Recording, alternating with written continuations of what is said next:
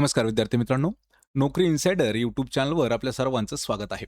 तर आज आपण या व्हिडिओमध्ये महाराष्ट्र तलाठी भरती जी होणारी आहे 2026, तर त्यासाठी महत्त्वाच्या सराव प्रश्नपत्रिका सुरू करत आहोत. या व्हिडिओमध्ये मुख्यतः आपण तलाठी भरतीला मागील वर्षी विचारण्यात आलेले काही प्रश्न जे की TCS पॅटर्नने होते आणि यावर्षी म्हणजे जे काही MPSC पॅटर्न आहे नवीन, तर त्या पॅटर्ननुसार काही आपण महत्त्वाचे प्रश्न या व्हिडिओमध्ये ॲड केलेले आहेत. सोबतच यामध्ये आपण महत्त्वाचा घटक सामान्य ज्ञान आणि मराठी व्याकरणावरती सुद्धा फोकस केलेला आहे. आपल्याला या व्हिडिओची जर PDF जशाच तशी डाउनलोड करायची असेल, तर आपलं टेलिग्राम चॅनल आहे नोकरी इन्साइडर आणि आपलं WhatsApp चॅनल देखील आहे त्याच नावानं. आपण त्यांना जाऊन जॉइन करा, म्हणजे आपल्याला प्रत्येक व्हिडिओची PDF अगदी फ्रीमध्ये दिलेली आहे. चॅनलवरती जर नवीन असाल तर लगेच आपल्या नोकरी इन्साइडर यूट्यूब चॅनलला सबस्क्राईब करून ठेवा. चला तर व्हिडिओला सुरुवात करूया. तर पहा, आपला प्रश्न पहिला आहे. महात्मा ज्योतिराव फुले यांनी डॅशमध्ये सत्यशोधक समाजाची स्थापना केली आहे. मित्रांनो, असे जे प्रश्न असतात हे आपल्याला TCS पॅटर्नमध्ये खूप वेळा विचारण्यात आले होते. आपल्याला MPSC पॅटर्नमध्ये सुद्धा हेच प्रश्न पाहायला मिळत आहेत, फक्त थोडेसे काही चेंजेस करून देण्यात आलेले आहेत. त्यामुळे आपण काही प्रिव्हियस क्वेश्चन आणि MPSC मधील नवीन काही प्रश्नपत्रिकेतील प्रश्न आपण या ठिकाणी ॲड केलेले आहेत. महात्मा फुले यांनी सत्यशोधक समाजाची स्थापना ही कोणत्या वर्षी केली? तर या प्रश्नाचं योग्य उत्तर होईल ऑप्शन क्रमांक 2. 1873 साली महात्मा ज्योतिराव फुले यांनी सत्यशोधक समाजाची स्थापना केली. मग याच्यावरती MPSC मध्ये कसे कसे प्रश्न विचारले जातात? कधी कधी आपल्याला विचारलं जातं की कोणी केली? महात्मा फुले यांनी. कधी केली? 1873 मध्ये. पण ती स्थापना कोणत्या ठिकाणी केली? तर त्याचं उत्तर होईल पहा, पुणे या ठिकाणी केलेली आहे. स्थापना दिवस आहे 24 सप्टेंबर 1873. त्याचे संस्थापक कोण आहेत? महात्मा ज्योतिबा फुले.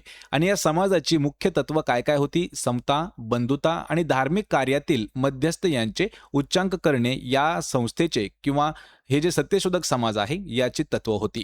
पर्याय क्रमांक 2 आपलं या प्रश्नाचं उत्तर होईल.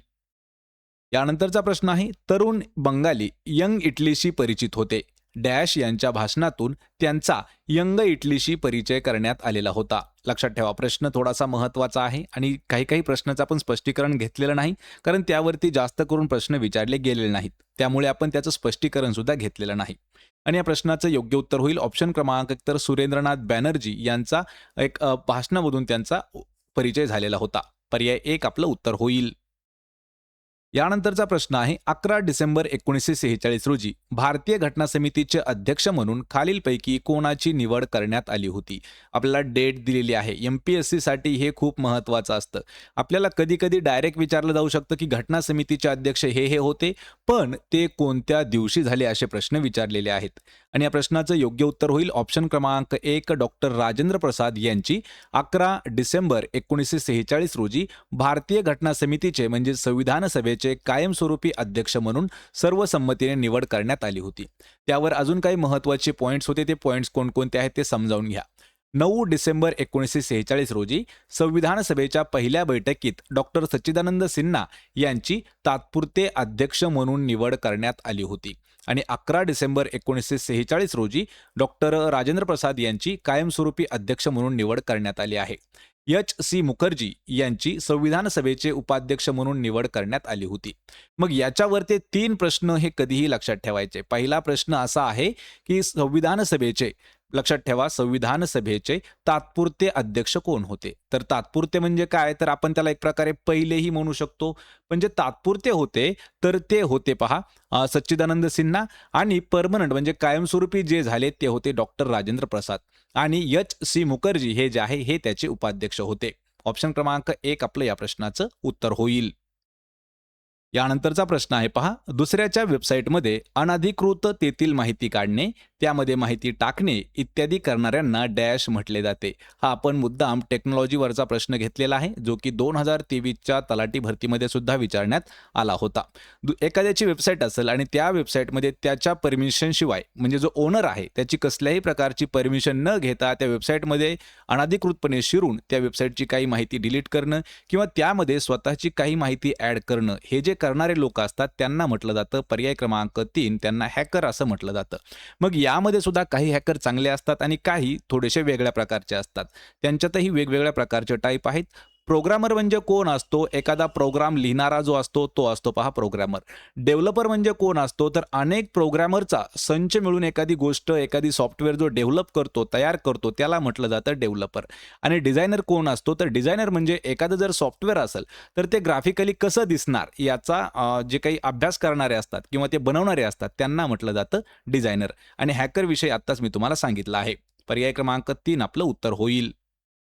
यानंतरचा प्रश्न आहे गटात न बसणारा शब्द आपल्याला ओळखायचा आहे. आसाम, मेघालय, पंजाब आणि लक्षद्वीप. तर यापैकी गटात न बसणारा शब्द आपल्याला ऑप्शन पाहिलं की लगेच या प्रश्नाचं उत्तर सांगता येईल.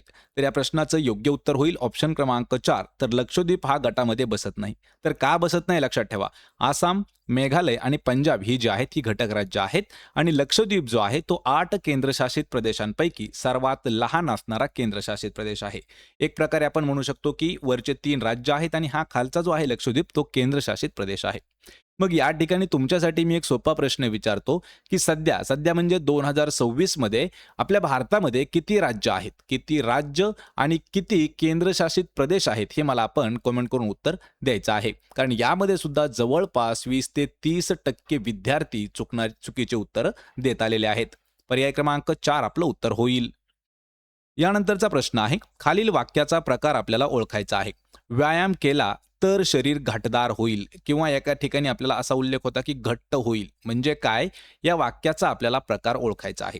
तसं तर मित्रांनो आपण आपलं दुसरं एक चॅनल आहे पहा मराठी नोकरी त्यावरती आपण पूर्णपणे मराठी व्याकरणाच्या प्रत्येक घटकावरती 30-30 40-40 प्रश्न घेतलेले आहेत आणि ते पण पूर्ण सिरीज वाईज आपण त्या ठिकाणी घेतलेले आहेत. त्याही सिरीजची लिंक मी तुम्हाला डिस्क्रिप्शनमध्ये दिलेली आहे. वाक्याचा प्रकार आपल्याला ओळखायचा आहे आणि या वाक्याचा प्रकार आहे ऑप्शन क्रमांक 4 तर संकेतार्थी वाक्य आहे. संकेतार्थी लक्षात ठेवायचं. जर वाक्यामध्ये तर, जर, तर असे जर शब्द आले तर लगेच आपल्याला कळून येतं की त्या ठिकाणी काही वॉर्निंग म्हणजे संकेत दिलेला आहे. म्हणजेच ऑप्शन क्रमांक 4 आपलं उत्तर होईल. मग याच्यावरती काही महत्त्वाचे पॉइंट्स आहेत.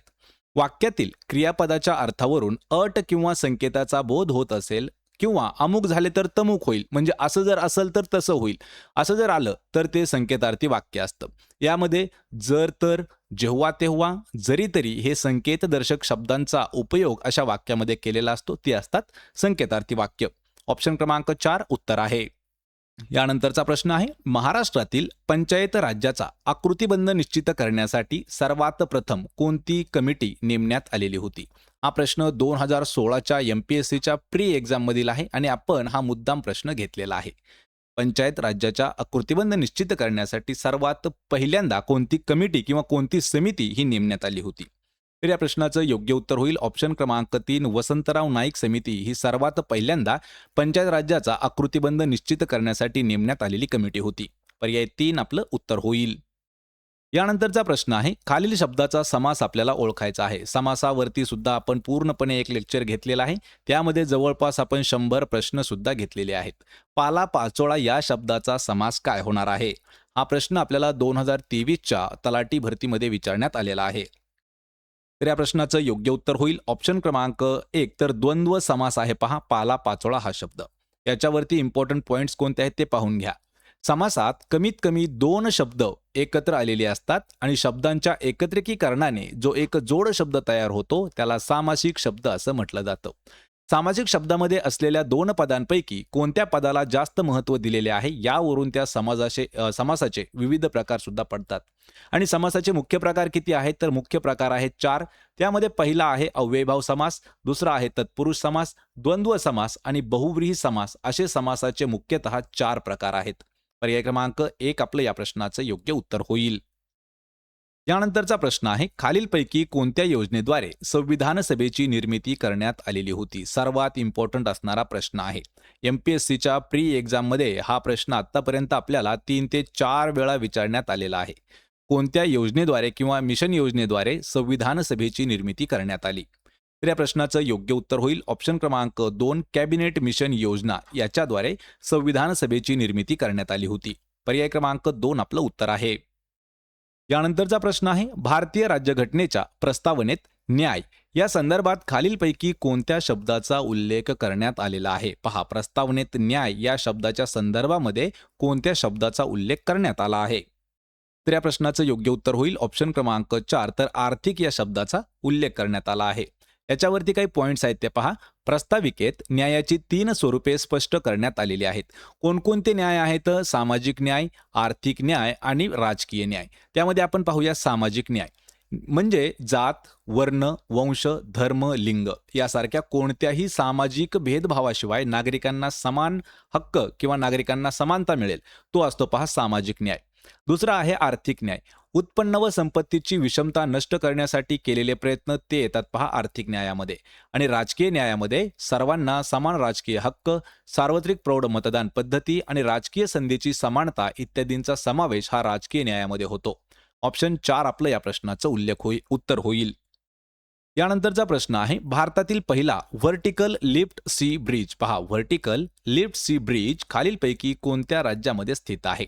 2023च्या तलाठी भरतीमध्ये विचारण्यात आलेला हा प्रश्न आहे.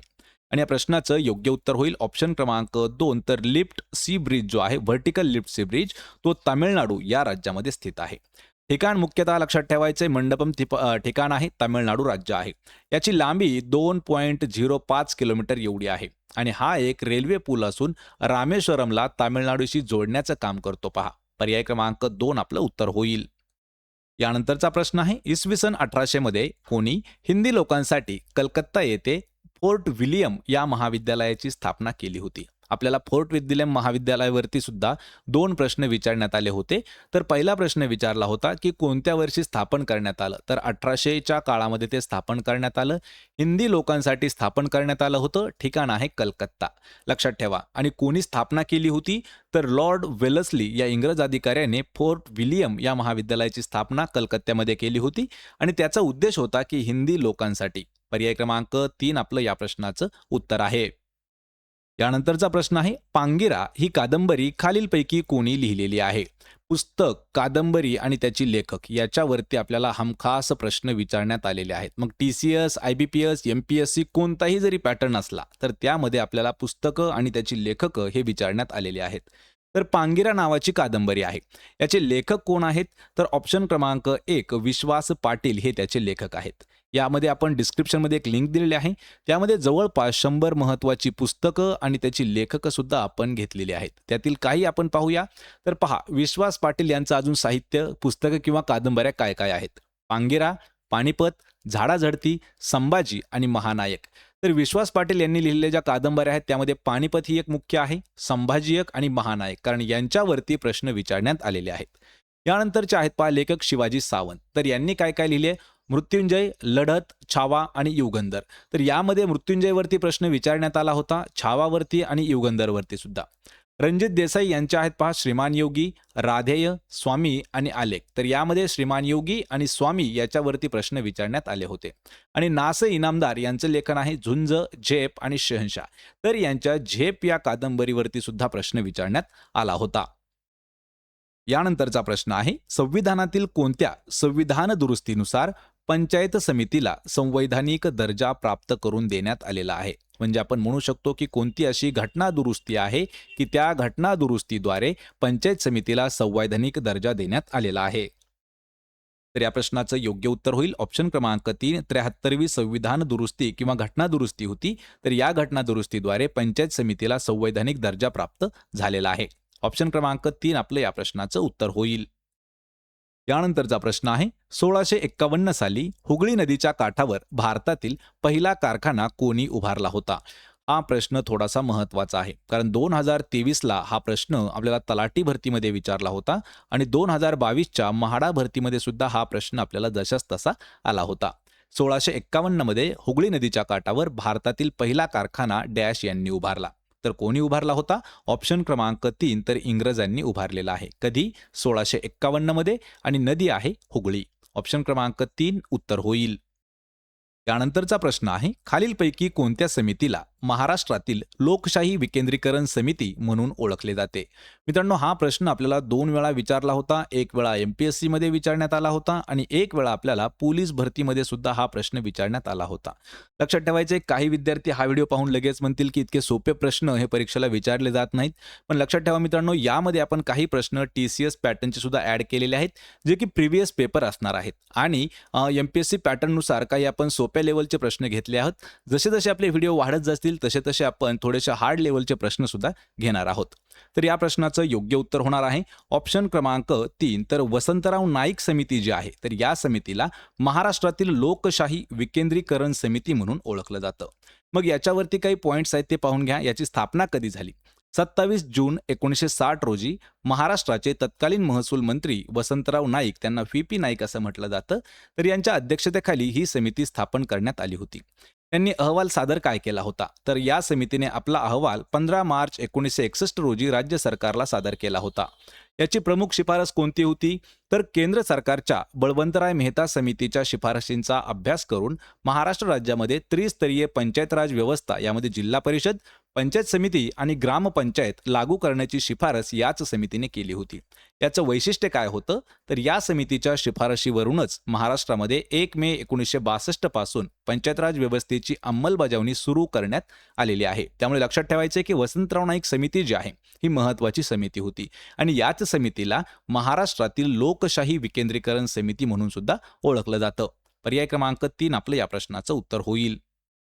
यानंतरचा प्रश्न आहे, खालीलपैकी कोणत्या इंग्रज अधिकाऱ्यास मराठ्यांचा इतिहासकार, पहा, मराठ्यांचा इतिहासकार म्हणून कोणत्या इंग्रज अधिकाऱ्याची ओळख आहे?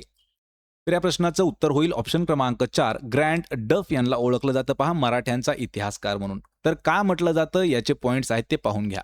त्यांचा महत्त्वाचा असणारा जो ग्रंथ आहे त्यांनी तो 1826 मध्ये a history of the Marathas हा जो ग्रंथ आहे, हा ग्रंथ 3 खंडामध्ये प्रकाशित किंवा लिहिला होता. पदभार त्यांच्याकडे काय होता? तर पेशवाईच्या अस्तानंतर ते सातारचे छत्रपती प्रतापसिंह महाराज यांचे राजकीय सल्लागार म्हणून कार्यरत होते आणि त्यांचे इतिहास लेखनामध्ये पहा, सातारच्या वास्तव्यादरम्यान त्यांनी मराठा साम्राज्याची मूळ कागदपत्रे, बकरी आणि सनदा यांचा सखोल अभ्यास करून इतिहासामध्ये तो ग्रंथबद्ध केला होता. पर्याय क्रमांक 4 आपलं या प्रश्नाचं योग्य उत्तर होईल. यानंतरचा प्रश्न आहे, तोंडघशी पडणे या वाक्प्रचाराचा योग्य अर्थ आपल्याला विचारलेला आहे.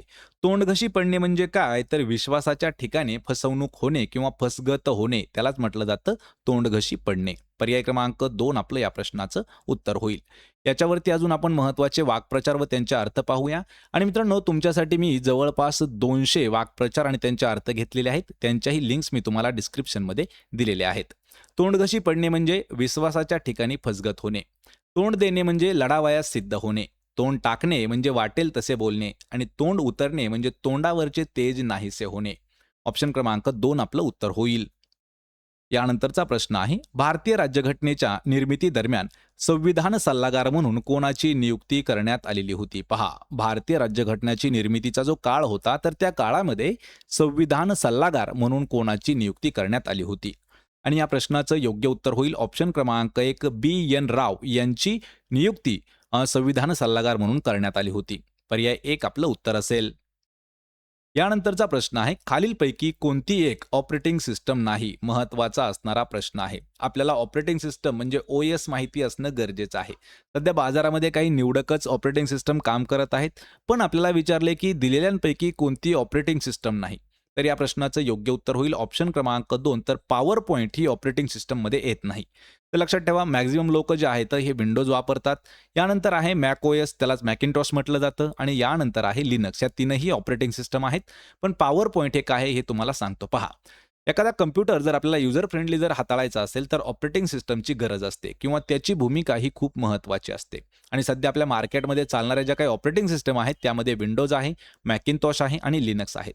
आणि पॉवर पॉईंट जे आहे तर हे मायक्रोसॉफ्ट ऑफिसचा एक भाग आहे, ज्याद्वारे प्रेझेंटेशन वगैरे दिलं जातं. पर्याय क्रमांक 2 आपलं या प्रश्नाचं उत्तर होईल. तर मित्रांनो, हे होते महत्त्वाचे 20 प्रश्न. आपल्याला या 20 प्रश्नापैकी कितीचे उत्तर आले हे मला पण कमेंट करून सांगायचं आहे. व्हिडिओ जर आवडला तर व्हिडिओला आपल्याला लाईक करा, मित्रामध्ये व्हिडिओ शेअर करा आणि आपल्या नोकरी इन्सायडर यूट्यूब चॅनलला सबस्क्राईब करून ठेवा.